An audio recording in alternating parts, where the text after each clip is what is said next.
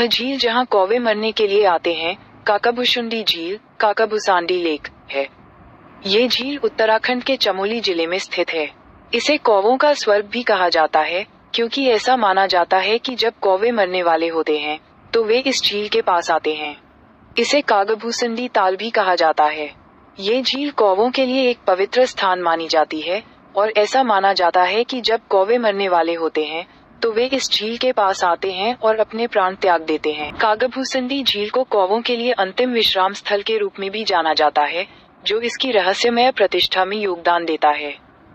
ये सरोवर और आसपास का क्षेत्र पौराणिक कथाओं से भरा पड़ा है, खासकर कौवे ऋषि काकाभुशुंडी से जुड़ी कथाओं से।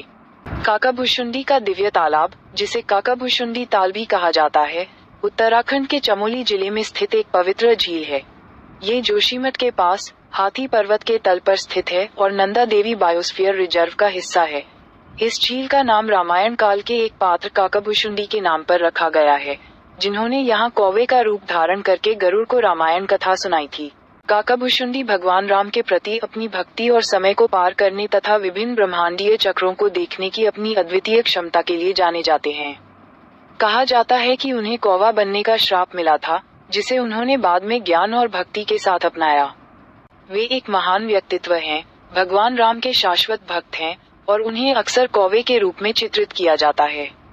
कहा जाता है कि उन्होंने विभिन्न ब्रह्मांडीय चक्रों में रामायण और महाभारत को कई बार घटित होते देखा है। काकाभुशुंडी झील वही जगह है जहां पौराणिक कथा के अनुसार काकाभुशुंडी ने अपने कौवे रूप में भगवान विष्णु के वाहन गरुड़ को रामायण सुनाई थी। यह मुलाकात रामायण कथा में इस झील के महत्व और एक बुद्धिमान एवं शाश्वत कथावाचक के रूप में काकाभुशुंडी की भूमिका को उजागर करती है। काकाभुशुंडी झील को वह स्थान माना जाता है जहां कौवे मरने आते हैं। ये रामायण की महत्वपूर्ण कथाओं, विशेष रूप से काकाभुशुंडी और गरुड़, एक पौराणिक बाज के बीच संवाद का भी स्थल है। ये झील एक ऐसी जगह के रूप में भी जानी जाती है जहां कौवे मरने के लिए जाते हैं, जो इसकी रहस्यमय और पौराणिक आभा को और बढ़ा देता है। ये झील से जुड़ी पौराणिक कथाओं और कौवे ऋषि काकाभुशुंडी से इसके संबंध को और पुष्ट करता है। भगवान विष्णु की सवारी गरुड़ इस झील से जुड़ी कहानियों में एक प्रमुख पात्र हैं। उन्होंने काकाभुशुंडी से भगवान राम के बारे में ज्ञान प्राप्त करने का प्रयास किया, जिससे राम के दिव्यत्व और स्वरूप पर चर्चा हुई। काकाभुशुंडी की विभिन्न कालक्रमों को पार करने और रामायण व महाभारत के विभिन्न संस्करणों को देखने की क्षमता एक केंद्रीय विषय है। उन्हें दिव्य ज्ञान और भूत, वर्तमान और भविष्य को देखने की क्षमता से युक्त बताया गया है। काकाभुशुंडी ताल न केवल एक प्राकृतिक सौंदर्य का स्थान है, बल्कि यह एक महत्वपूर्ण धार्मिक और आध्यात्मिक स्थल भी है।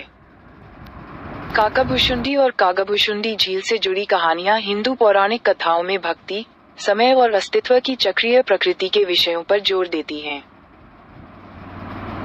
स्थानीय लोगों का मानना है कि झील के पास कौवों के पंख और कुछ मरे हुए कौवे पाए जाते हैं, जो इस बात की पुष्टि करते हैं कि कौवे मरने के लिए यहाँ आते हैं।